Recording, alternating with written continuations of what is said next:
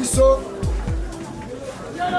ayotala biso lelo alakaki biso ke batala biso nde bakosi mokaro na bango avana bana liboso nzambe akombela bango ndenge baresole biso. Ok, biso toza bandeko na bino ya Chanza cha Kasai. Chanza cha Kasai eza Asbel, association sans but lucratif. Musala na biso eza na tango ya basi ndenge toza na ba coronavirus boy. Kotala bandeko nini, bafandi lolenge nini, bazandenge nini, bazolia nini.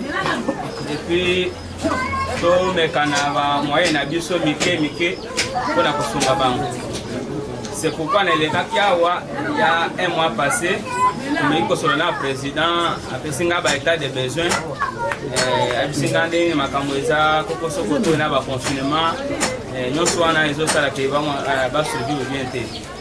Na PC na zokende totala na ba partenaire na biso na association na biso oyo tokozo wana maboko tokoya nango parce que tobike boza pebele moyen est limité mais tout me kako débrouiller toza ki contact na président biso beto kei na ndenge na biso ya association toloki o moyen mona na maboko yango wana ndelelo toye na babiloko biloko on toye nango eza juste pona kosunga lisunga moke o ozoma makasi ya kokende kuluka loki bien que bafungwe déjà ngombe de confinement et salami lobby déjà ce que nous avons na mo moke na ndako mwanda mbwaloso na ndako mwa mafuta mwanda mu ya sukali na ndako akomeka koya na tongo ko azwa makasi ya kokende kuluka nde umoni toye lelo na bandeko na biso aza ba membre ya Chanza cha Kasai ye na bango na biloko mpe je préfère esala malolenge na yebisaki président na yebisi président boye susi na biso eza toyeba na centre ya bandi après ya Moshi famille eza mabote eza combien abisenga nono toza na 38 familles alors tumeki la qualité na ndenga 38 familles tomoni ke na ba situation toza nango ekomaki mobulu mais to recadrer moke toye na don oyo bisungo oyo euti na bandeko na bino ya Chanza cha Kasai bandeko wana bamususu bazofanda awa ndenge na bango boye mingi ebele baza na poto na mikili ya poto na Angleterre bango nde bapartenaire na biso tumeki kosolo na bango bayoki et puis nde tosangisi lisungo oyo toye nango awa na ndenge ya biso to préféraki boye awa biloko na ye nango eza huile oil ya Regina ya capacité ya 3 litres eza 30 pièces en raison de 30 familles. Ça veut dire à une famille une bouteille.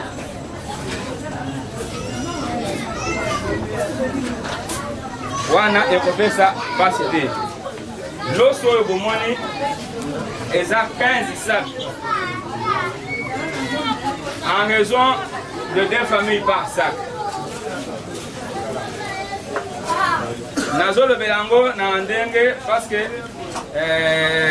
epesa koko sauté ata biso tokokisi kosala nyonso te mais ezala lolenge bato nyonso bayoki po président na équipe na yo ata bakaboli eloko mosusu na absence na biso mais epesa koko sauté président oyoki ndenge nazalaka tosololaki na ye awa epuis na maloba na ngai wana ifale tokokisa yango osali de façon ke moto nyonso azwa lisungi oyo moto nyonso aprofite lisungi oyo ezala mindondo te ebota conflit te ezala eloko moko ya kimia kutu na ndenge ya kosala na ngai esengeli ata nalobi ata tosali awa na bandeko na biso tokei nga mpe nakozonga lobi nakolela président eza ndenge nini bato nyonso basepeli bakaboli eloko wana bien makambo solo elekaki bien ok eza bongo biso tozalaka na oyo tobengaka na lopoto l'évangile de proximité c'est-à-dire nazoya na makambo ti na suka tosali olie eleki bien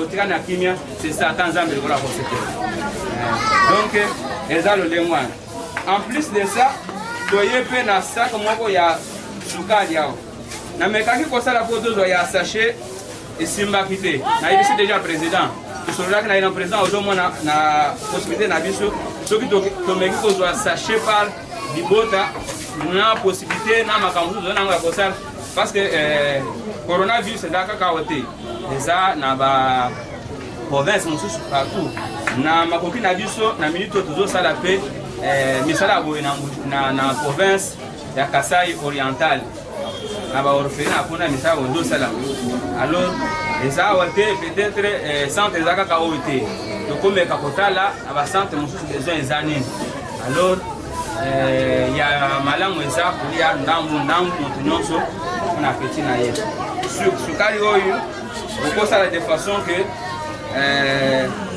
soit uniquement mesure moko eloko moko ata mwa kopo moko ya mesure botie na ndenge ya équité moto nyonso azwi ndambu na ye bantu nyonso ekoki parce que na banzi nakanisaki moto akozwa loso te sawa na mwa suki loso ekongama na mwa sukali na kati loso mwa ndambu ya sukali yango wana tomemeli bino yango wana toye nango na ndenge ya kosunga mpe chef de l'état chef de l'état alobeli bato nyonso toza na coronavirus afunguli oyo balobaki caisse de solidarité c'est-à-dire oyo congolais nyonso aza na liputa ye atie wana mpona kosunga baoyo baza na makoki te eza bongo te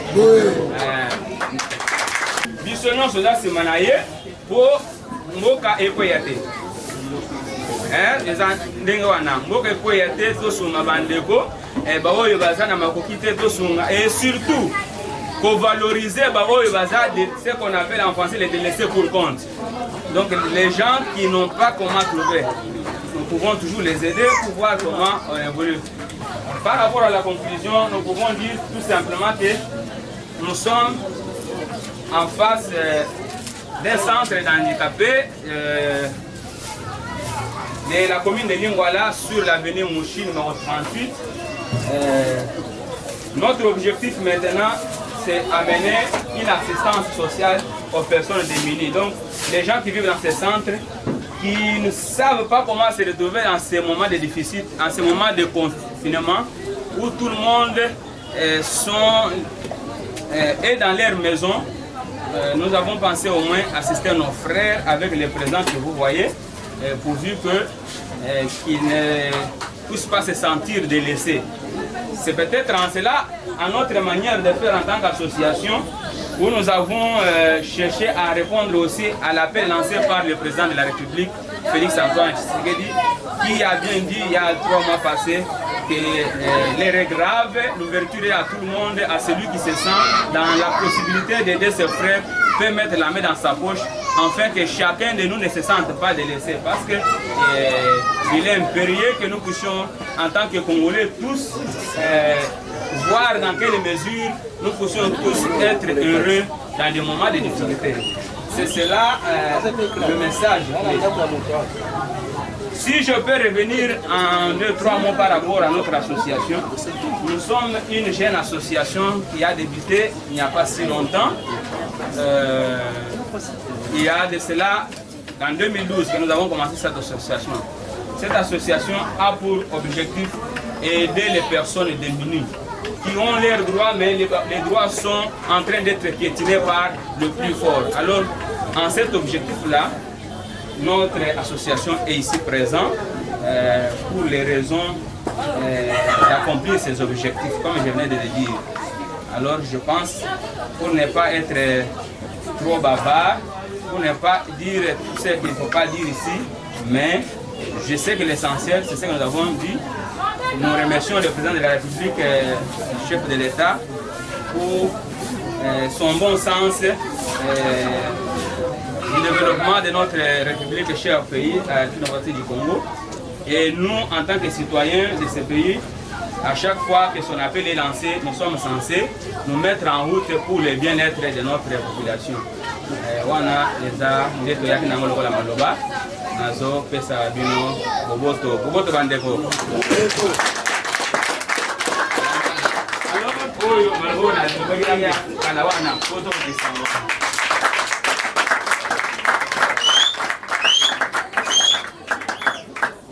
Na komo ya président ya sacre na biso pesi bino merci mingi oyo kamoyo imelaki mo mikolo po bango babongama mpona koya kotala biso na covid-19 oyo ezali kotambola na mokili mobima. Alors merci mingi nzambe asalisa bango nde tobandaki na losambo ke baoyo bazali kokanisa baoyo bazangi ezali ke nzambe mpe apesa bango mpo bakoka kozanga te yango na nkombo ya président na biso ya sacre donc topesi bino merci. Mais ezala mbala ya liboso to ya suka te atako eloko ezali te mais tobanda kokutana mpona kosangisa makanisi mpo toyeba nini tokoki kosala mokolo ekoya lobi. Vraiment merci. Oyo nazoloba na ndenge ya sensibilisation ya coronavirus. Toza na coronavirus na mboka. Bakonzi na biso ya santé balobi boye. Coronavirus ezali po tomibatela liboso ya bokono oyo il fallait to respecter ba mesures barrières. Mesures barrières eza nini? Tolata mikolo nyonso bakashine na biso. Kashine ezanga te. Maladi yango eza ya solo eza na mboka. Tolata bakashine na biso. To respecter ba distance ya 1 mètre. Distance au minimum 1 mètre, 1 mètre 50. To sukola maboko tango yesu. Tango na yaki ya wakala na tuyi président mais président ngana yepo na besoin oyo ezangi parce que na mwi déjà eloko akashine ya lave mains zao ezali déjà kitoko pona biso na biso ke non ngana lingo le belanga makambo oyo centre ko biso ko sala te ndenge to sola mais na minute oyo nazo zongela na ndenge ya sensibilisation po toyeba ke maladi oyo tozana mona mboka ya coronavirus eza ennemi invisible ezo tambola na mopepe tozo mona ngo te mais na ndenge ya komibatela il fallait tout ce qu'on a beaucoup tango yiso. Il fallait que ce beaucoup tango yiso. Il fallait que l'attaquachine, ce qu'on y voit que cela, il fallait aux na papier au choix na yo, au tien à monopo, ou soit au kangi na coude, au koso na yo. Et ça le lengo wana lengi ne tokomi batela pour tous ou à bokonote. Au moni bokono et na miglia poto, le talibi sonyon son dengue bande bakufi na la télévision. Les alaki mubulu makasi. Bakufi ebele alors nyonso wana esali keno biso tozala ba moyen de tala ndenge na biso là biso na mike mais soki to mibateli te soki tozi ba mesure préventive te soki komelia o makasi tozala kutoso alors ko tolanda ba rimer te tolanda bilobalo ba ya bato te tozala na makanisi ya malangu mpona koyoka oyo bazolobela biso lelo badekonfine mboka mpona pamba te biso na lolenge na biso ya misala tolobaki peuple aza na souffrance malgré maladie ezali mais souffrance ezali ya makasi po dekonfine bantu bakende misala na bango bantu basala oyo azosala moke akende mobibon to du jour motu soki azosala mosala moyen ya kovivre ekozala comme ça pate ya misala wana to respecte mpe bamesure barrière bakonzi na biso ya santé mpe na mokonzi ya mboka bazoli te po na komaîtriser situation yango wana eza mwa moko ya sensibilisation en faveur avec coronavirus baoyo baza na kashine te balata kashine lisuingo oyo ntango ozalaki na moyen ya kosumba atanga loso moko ya 1000 francs na tome osumbi te mais 1000 francs wana kende osumba kashine kende osuka ata mwa savo na yo tya na osuka na bango otango eza une aide. En français, une aide n'est pas permanente, c'est une assistance pour résoudre un problème, de manière à vous orienter la pensée du travail. Ça veut dire que nous sommes venus vous aider, ça ne correspond pas aux besoins de la vie, c'est un minimum, mais dans les circonstances qui sont les nôtres actuellement, nous voulons bien que si vous utilisez cette aide, ça vous favorise le peu que vous pouvez utiliser, en fait de ça, vous pouvez utiliser pour vous prévenir à la maladie. C'est un peu ça. Je le pense bien. Vous jouez un message, vous avez bande que non, non, maladie zali, bande ko ba yaki pa la biso, pour la indépendance, on va lever biso maladie zali, tout ça là, tout chante invité, mais tout mi battre là. Lenge wana, because la kitoko makasi, lenge wana, ba na nyonso ba ko na la santé à malan.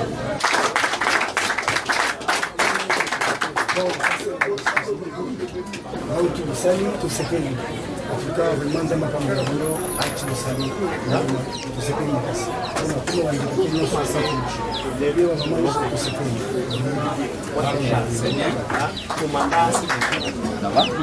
esengo mingi ndenge oye kotala biso yo wuti wapi wuti wapi Sasa kande kuna bino wanaanza kisha chef tozomona passe biso ba personne vivante avec handicapé Moucher Zwanga na kati ya centre Mouchi Lingwala na kati ya centre Mouchi Lingwala papa comment vous appelez Papa Crispin, moi c'est Charles, commandant de la centre Mouchi de personnes vivantes avec handicap. Tous souffrir Papa Crispin. Papa Tondibaki teke okoya komona biso na mokolo alelo. Papa, kosala nyonso tu esengeli. Papa, bana na biso siko na école. Bana na biso na misala. Bo biso moko ba papa. École eza ofele chef wa mokonzi mboka pesi école eza ofele. On eza déjà lisongi chef basani. Bien sûr, école eza ofele. Makamunyo mosusu ya bana eza ofele. Tondimi nanu te. Bo biso oyo nanu tokoti si to introduire nanu bana te. Bazolo ba mingi ke école eza ofele. Mais biso to introduire nanu bana biso te. Parce que soki nga na matina vélo na ngai na kende tina école moko songolo pakala ya ofele. Est-ce que na kozwa yango ya solo peza na kombo ya mokonzi ya mboka? Na kozongo ya solo. Lokolo ezali mokonzi ya mboka abeta sete pona batu lokola babisu. Na kati ya ba centre boye to souffrir na bana bisu. Na zalaka mingi na sima galerie présentielle. Biro na ngande yango wana. Batu mingi bayebinga. Mais isingi ko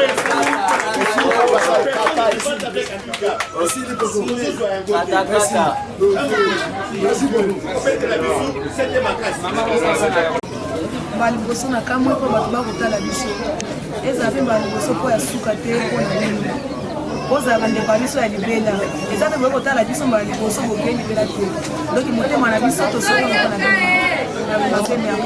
bino maloba nyonso bolobi nasepeli na ndenge oyo kotala biso mpe nasepeli me susi na ngai ezali bisika tozotambola olos toyeli biso po tolia me bisika tozotambola na kati ya ville kuna ndenge bazobengana biso neti banyama moye toluka ata mwa mike oyo akolambela bana eza te bakomanda bazobengana biso esika wana okokende ville ozoya kozonga maboko na makolo tozosouffrir okoya na mpo kaka bolali na bana eloko nde ezotravaye nga nde yango wana ndenge boyeboye eza na esi nasuki wana pambola mpe baoyo boye bazwami awa boye papa ezala bao baye na bao bayei te yawe mona bango pesa bango makasi makoki ya mingi po etele olenge basungi biso lokola bakanisi biso na mokolo ya fête de l'indépendance oyo boye bakanisa mpe mabota bandeko mosusu baorphelina bahomme veillard bacentre mosusu ya personne vivant avec handicap ozali tata toza bana yawe etika ete papa opambola bango papa moi physiquement, moralement, spirituellement, financièrement et matériellement. Yahweh, tokutani lelo kasi ezala mbala ya liboso te papa mikole koya tokutana lisusu na oyo bakontesu ya mingi bakokanisela biso nkombo na kokumisama kozonga na bango batela bomba bango ba voiture bakomata ba moyen de déplacement bomba bango na makila na yo papa po ete papa matatoli nkombo na kokumisama totiki nyonso na maboko na nkombo na Yesu. Merci Seigneur Dieu. Amen. Mbote. Ah, mbote papa. Oui, tu veux kombo na o? Kombo na ngai za monsieur Crispin Mputu. Monsieur Crispin Mputu tomoni awa na centre handicapé Mushi. Donc tu ba présence na awa oyoko sala nini? Merci ndeko. Présence na ngawa na centre Mushi eza pamba te eza pona kosunga bandeko ya centre handicapé Mushi na temps oyo ya confinement.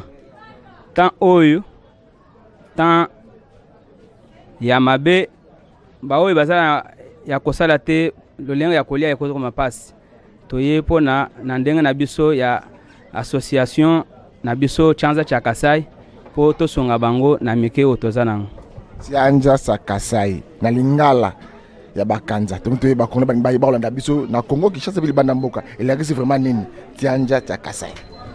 Merci ndeko.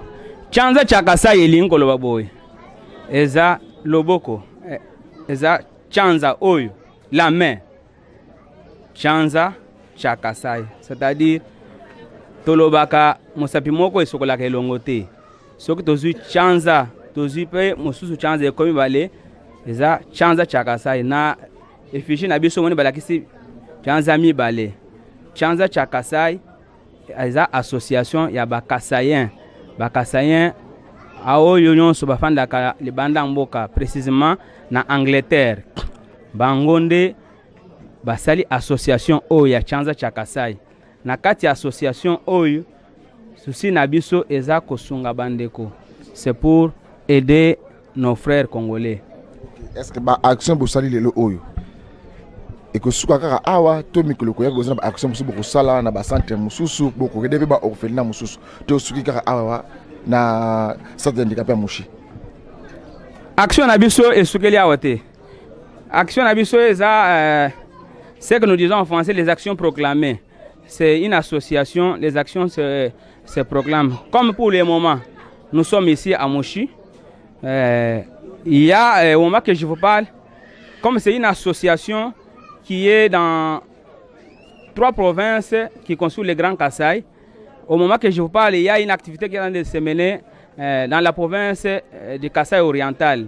On est en train de faire une assistance permanente des orphelinats au Kasai oriental. Alors, pour ici à Kinshasa, je pense les activités sont proclamées de manière que nous venons d'offrir un don au centre Mushi. Et il y a d'autres activités qui sont planifiées. Bon, de manière discrète, je ne saurais pas les dire en avance, mais je sais au moins que ce sont les activités qui sont programmées par rapport à ce temps de Covid que nous sommes en train de réaliser. Par rapport aux activités antérieures, je venais de dire que notre association a commencé en 2012. Cette association a déjà réalisé plusieurs activités, parmi lesquelles nous avons fait un tournoi de football interscolaire au Kasai central avec autant des écoles de l'État et des écoles conventionnées et en offrant aussi des dons et des prix après ces tournois interscolaires-là. Nous avons fait une pompe à eau au Kasai central dans cette même association. Cette association est intervenue au Kasai pendant les moments de rébellion avec le monsieur Kamwinan Sapou. Nous avons eu le temps d'assister une population au Kasai central, précisément dans la commune de Nganza, où nous avons opéré, nous avons aidé presque une majorité des gens avec les vivres pendant ce moment-là. Alors notre association a déjà réalisé des actions, comme je venais de le dire, Je ne saurais pas tout évoquer, mais je sais que nous sommes sur le terrain en train d'opérer dans le sens d'assistance sociale. Ok, d'assistance sociale. Ndeko nanga na ministre oyo bandeko ba kolanda biso. Kuna na Chikapa, Sumbula, Kamako, Diboko, Mweka, Dibelenge, Mwanakakenge. Bon basusu ni Mbujimai, ba kolanda biso sikoyo na ministre to koloba boyawa. Message ni na suko na ko pesa na ba Congolais nyonso ba kolanda biso na Grand Kasai, espace Grand Kasai nyonso to ba kolanda biso na Mikila Poto obe bazali. Bango to ba kolanda biso message fort ya suka nini ko pesa bona unité bon moko o moko nzambo kasengi na Congo tous la moko po moko na biso ke liboso. Merci Ndeko. Le message que je peux lancer ou je peux dire à nos frères qui habitent l'extérieur du pays et qui sont ici, précisément aussi ceux qui sont dans les Grands Kasaï, c'est qu'ils puissent, dans la mesure du possible, croire à notre association qui, depuis un temps, est visible sur le terrain et opère des actions de manière concrète. Alors, nous sommes dans le domaine de la santé, nous sommes dans le domaine de l'environnement, nous sommes dans l'agriculture, et nous opérons de manière gratuite, juste une façon de dire les faibles soutiennent, les forts soutiennent les faibles. Par rapport à la vie politique du pays, nous n'avons qu'à remercier le président de la République, Félix Antoine Tshisekedi, pour l'opportunité et la paix qu'il nous donne dans ce pays en ce temps où il assure les commandements suprêmes de ce pays. En ce jour du 30 juin 2020, nous sommes en train de fêter notre indépendance.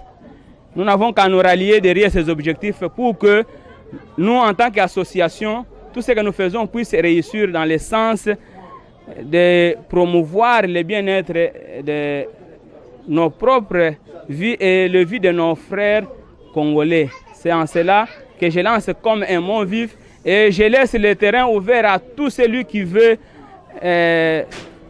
venir pour apporter son assistance au sein de cette association, qu'il soit les bienvenus afin que nous puissions faire ce qui est bon pour notre cher pays. Merci. Merci mon frère, je vous remercie.